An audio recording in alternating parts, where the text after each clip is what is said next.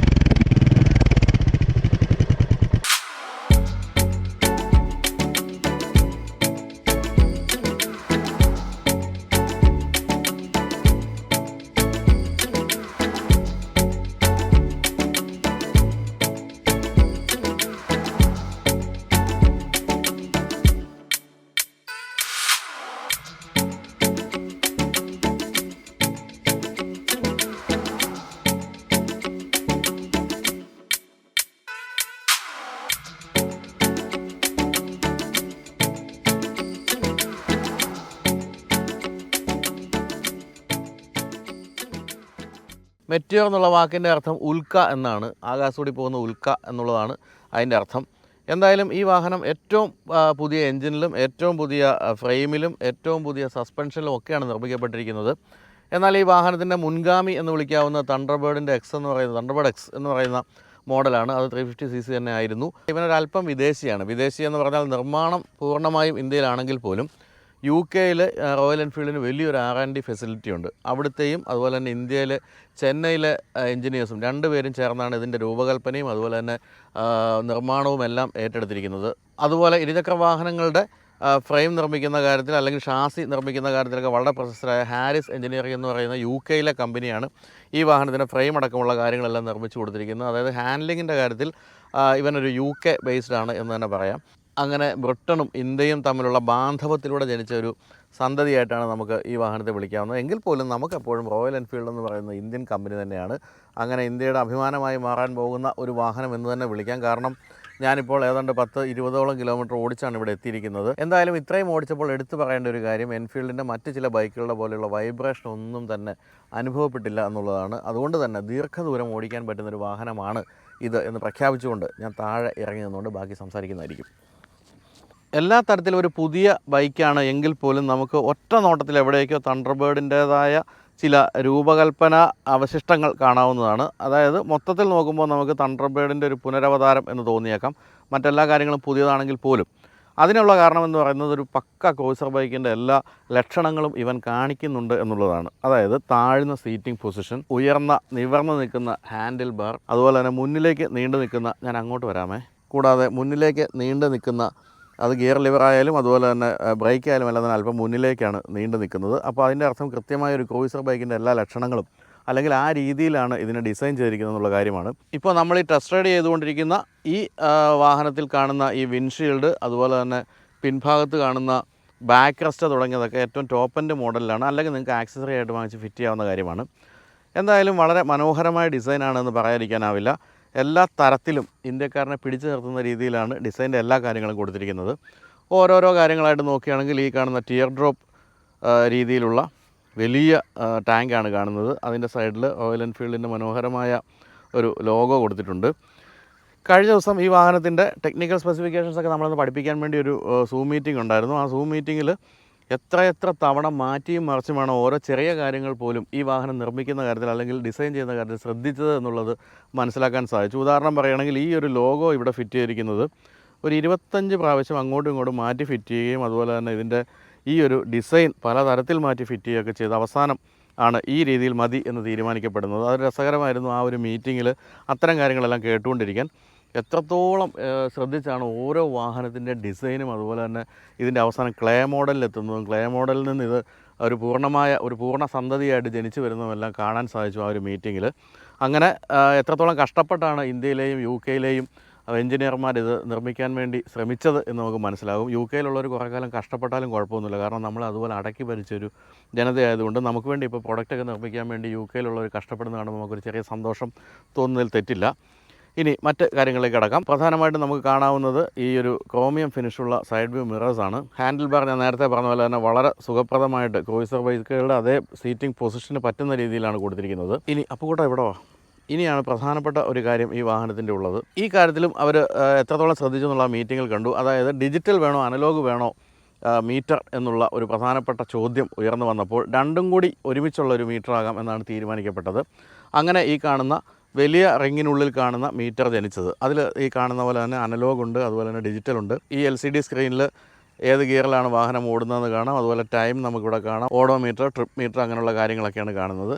ഇനി ഇതാണ് ഏറ്റവും പുതിയ മെറ്റിയോറിലെ ഒരു താരം എന്ന് വിളിക്കാവുന്ന കാര്യം. ഇത് ഒരു നാവിഗേഷൻ സ്ക്രീനാണെന്നാണ് പറയാവുന്നത്. അതായത് റോയൽ എൻഫീൽഡിൻ്റെ ഒരു ആപ്ലിക്കേഷൻ നമ്മുടെ ഫോണിൽ ഡൗൺലോഡ് ചെയ്ത് വെക്കുക. ഡൗൺലോഡ് ചെയ്ത് വെച്ച് കഴിഞ്ഞാൽ ബ്ലൂടൂത്ത് വഴി നമുക്ക് ഈ ഒരു സ്ക്രീനുമായിട്ട് അത് കണക്ട് ചെയ്യാം. കണക്ട് ചെയ്ത് കഴിഞ്ഞാൽ പിന്നെ നമ്മൾ ഫോൺ ഉപയോഗിക്കേണ്ടതില്ല നാവിഗേഷൻ നോക്കാൻ വേണ്ടി. അതായത് നാവിഗേഷൻ സാധാരണ നമ്മൾ എപ്പോഴും കണ്ടിരിക്കുന്ന വലിയ സ്ക്രീനിൽ അല്ലെങ്കിൽ മൊബൈലിൻ്റെ സ്ക്രീനിൽ കൃത്യമായ വഴികളൊക്കെ വരച്ചുള്ള ഒരു നാവിഗേഷൻ അല്ല ഇതിൻ്റെ അത് പ്രത്യക്ഷപ്പെടുന്നത്. ഇതിൽ വളരെ പെട്ടെന്ന് വേണ്ട കാര്യങ്ങൾ, അതായത് 30 മീറ്റർ കഴിഞ്ഞ് റൈറ്റിലേക്ക് തിരിയണം എന്നാണെങ്കിൽ ആ ഒരു കൃത്യമായ ആ കാര്യം മാത്രം ഇതിൽ കാണിക്കും.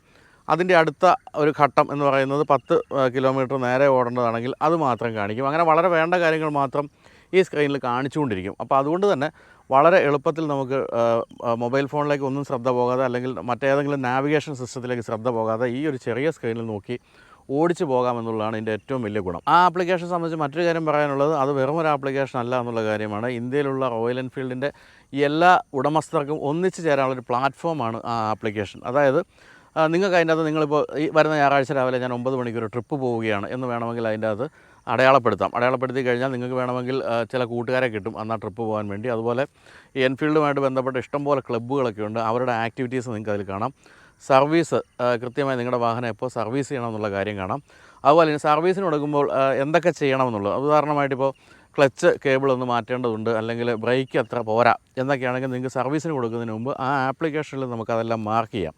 എന്തൊക്കെയാണ് നിങ്ങൾക്ക് ഈ വാഹനത്തിൽ ചെയ്തു തരേണ്ടത് സർവീസിനോടനുബന്ധിച്ചെന്നുള്ള കാര്യം. അപ്പോൾ വാഹനം കൊണ്ടവിടെ കൊടുത്താൽ മാത്രം മതി. കൃത്യമായി ഒന്നും പറഞ്ഞേൽപ്പിക്കേണ്ട കാര്യമില്ല. എല്ലാം ആ ആപ്ലിക്കേഷനിൽ നിന്നും മെക്കാനിക്ക് മനസ്സിലാക്കും. എന്ന് തന്നെയുമല്ല, നിങ്ങളുടെ വാഹനത്തിൻ്റെ ഓരോരോ ഘട്ടത്തിലും സർവീസ് ചെയ്യുന്ന ഓരോ ഘട്ടവും എന്തൊക്കെയാണ് ചെയ്തുകൊണ്ടിരിക്കുന്നത് എന്നുള്ള കാര്യവും നിങ്ങൾക്ക് ആപ്പിൽ നോക്കിയാൽ മനസ്സിലാവും.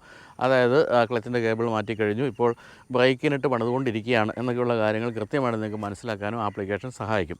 അങ്ങനെ A to Z ഈ വാഹനത്തെ സംബന്ധിച്ച അല്ലെങ്കിൽ റോയൽ എൻഫീൽഡിനെ സംബന്ധിച്ച A to Z കാര്യങ്ങൾ നിങ്ങൾക്ക് അതിൽ നിന്ന് മനസ്സിലാക്കാം. അതുപോലെ തന്നെ വിവിധ മോഡലുകൾ ഏതൊക്കെയാണ് റോയൽ എൻഫീൽഡിൻ്റെ, അതുപോലെ എന്തൊക്കെ കളേഴ്സ് ഉണ്ട്, എന്തൊക്കെയാണ് എക്സ്ട്രാ ഫിറ്റിങ്സ് നിങ്ങൾക്ക് വാങ്ങിക്കാൻ പറ്റുന്നത്, അങ്ങനെ എല്ലാമുള്ള സമഗ്രമായ ഒരു തകർപ്പൻ ആപ്ലിക്കേഷനാണത്. അപ്പോൾ അതിലെ പക്ഷേ ഏറ്റവും പ്രധാനപ്പെട്ട കാര്യമെന്ന് പറയുന്നത് നാവിഗേഷൻ ഇതുമായിട്ട് കണക്ട് ചെയ്ത് ഈ കുഞ്ഞ് സ്ക്രീനിൽ നമുക്ക് കാണാൻ പറ്റുന്നു എന്നുള്ള കാര്യമാണ്. ഞാൻ ആ പടം ക്ഷീണിച്ചു പോയി. ഇനി മുൻഭാഗമാണല്ലോ എല്ലാത്തിൻ്റെയും തുടക്കത്തിൽ പറയേണ്ടത്, അത് ഇത്തിരി താമസിച്ചു പോയെങ്കിലും പറയാം.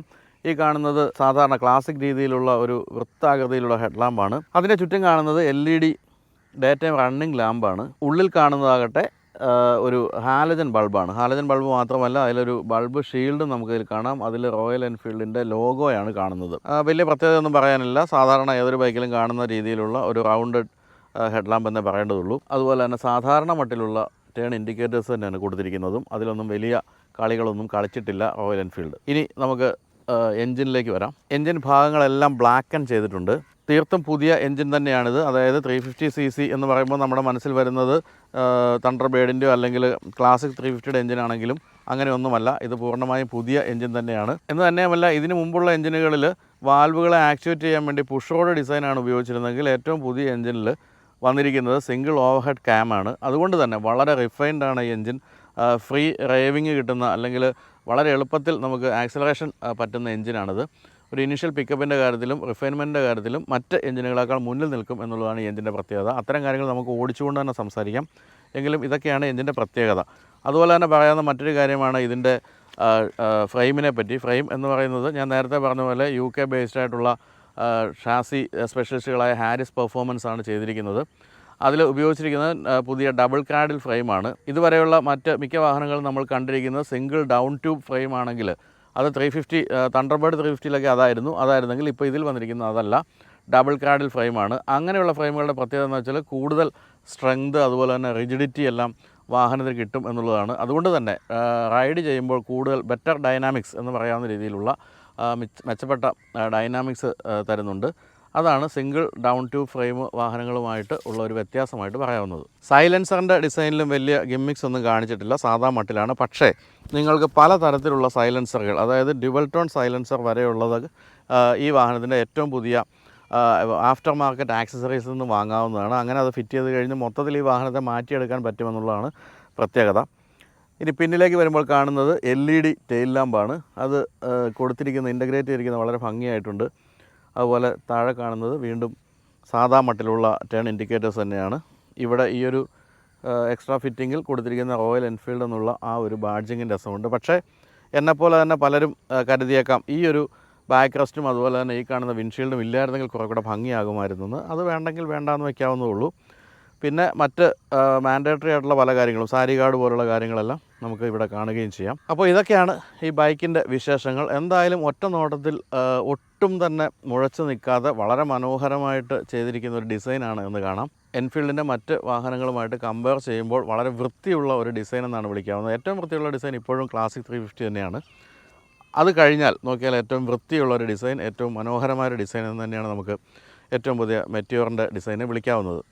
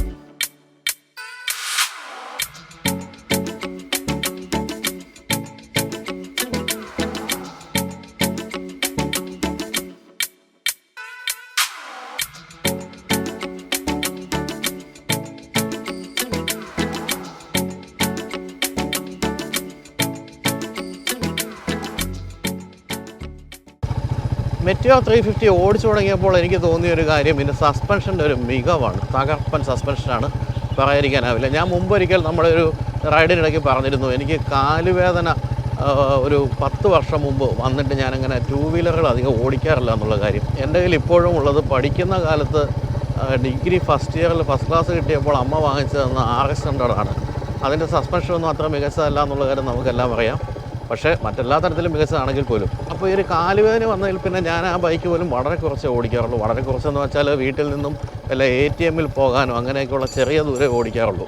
അതിനുശേഷം അടുത്ത കാലത്താണ് ഞാൻ വീണ്ടും 2 വീലറുകൾ ഓടിക്കാൻ തുടങ്ങിയത്. ഓടിച്ചു തുടങ്ങിയപ്പോൾ എനിക്ക് പഴയ കാലുവേദന അങ്ങനെ തിരിച്ചൊന്നും വരുന്നില്ല. എങ്കിൽ പോലും സസ്പെൻഷൻ എന്ന് പറയുന്നത് വളരെ മികച്ചതല്ലെങ്കിൽ ഇപ്പോഴും എനിക്ക് കാലുവേദന വരാനുള്ള സാധ്യതയുണ്ട്.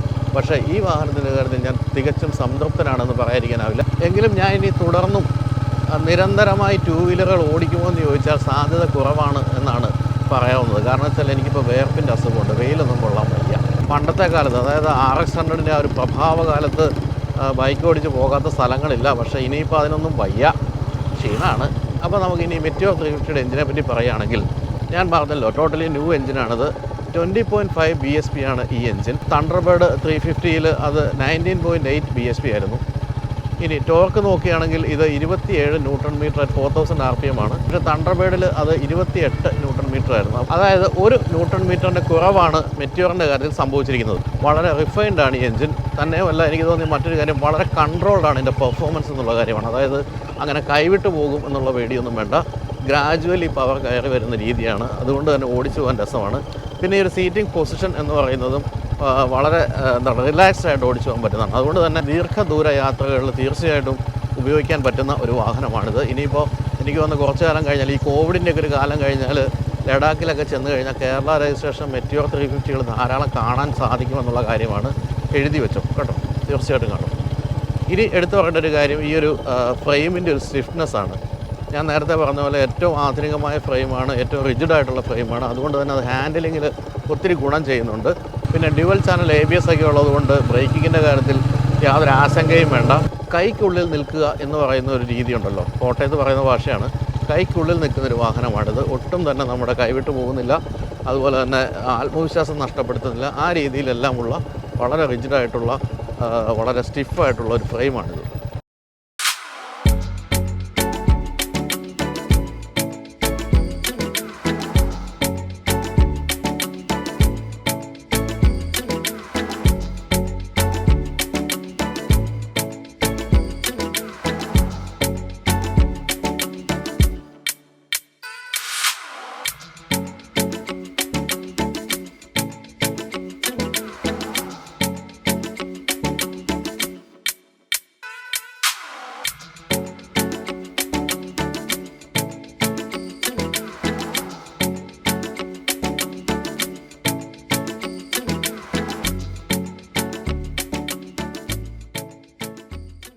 മൂന്ന് വേരിയൻസാണ് ഏറ്റവും പുതിയ മെറ്റിയോർ 350ക്കുള്ളത്.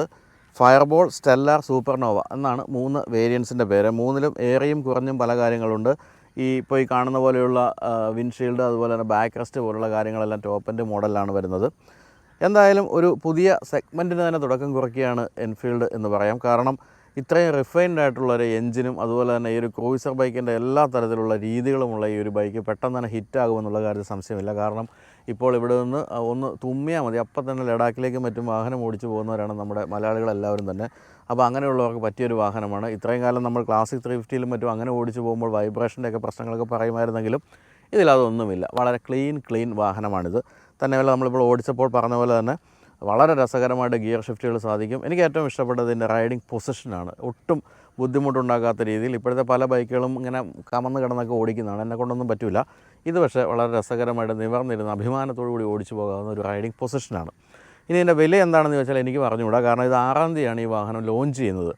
6-ാം തീയതി വരെ ഈ വാഹനത്തിൻ്റെ വീഡിയോകളോ പടങ്ങളോ ഒന്നും പോസ്റ്റ് ചെയ്യരുതെന്നാണ് പറഞ്ഞിരിക്കുന്നത്. അതുകൊണ്ട് തന്നെ വെറുതെ ഒരു വില ഞാൻ ഊഹിക്കേണ്ട കാര്യമില്ല. എന്തായാലും ഈ ഒരു ടെസ്റ്റ് ഡ്രൈവ് പോസ്റ്റ് ചെയ്യുമ്പോൾ അതിൻ്റെ താഴെയായിട്ട് ഞാൻ വിലയും കൂടി കൊടുക്കാം. അപ്പോൾ വില അറിയാൻ സാധിക്കും. എന്തായാലും ഊഹിക്കാനൊന്നും നിൽക്കുന്നില്ല. അപ്പോൾ ഇതൊക്കെയാണ് ഏറ്റവും പുതിയ മെറ്റിയോർ 350യുടെ വിശേഷങ്ങൾ. അപ്പോൾ എന്തായാലും ഈ വീഡിയോ നിങ്ങൾക്ക് ഇഷ്ടമായെന്ന് കരുതുന്നു. ഇഷ്ടമെങ്കിൽ ലൈക്ക് ചെയ്യുക, ഷെയർ ചെയ്യുക, ബെൽ ബട്ടൺ അമർത്തുക. പിന്നെ സബ്സ്ക്രൈബ് ചെയ്യാത്തുണ്ടെങ്കിൽ സബ്സ്ക്രൈബ് ചെയ്യുക. അപ്പോൾ പുതിയ വാഹന വിശേഷങ്ങളും യാത്രാ വിശേഷങ്ങളും ഒക്കെ ആയിട്ട് നമുക്ക് വീണ്ടും കാണാം. ഈ വീഡിയോ കണ്ട എല്ലാവർക്കും നന്ദി, നമസ്കാരം.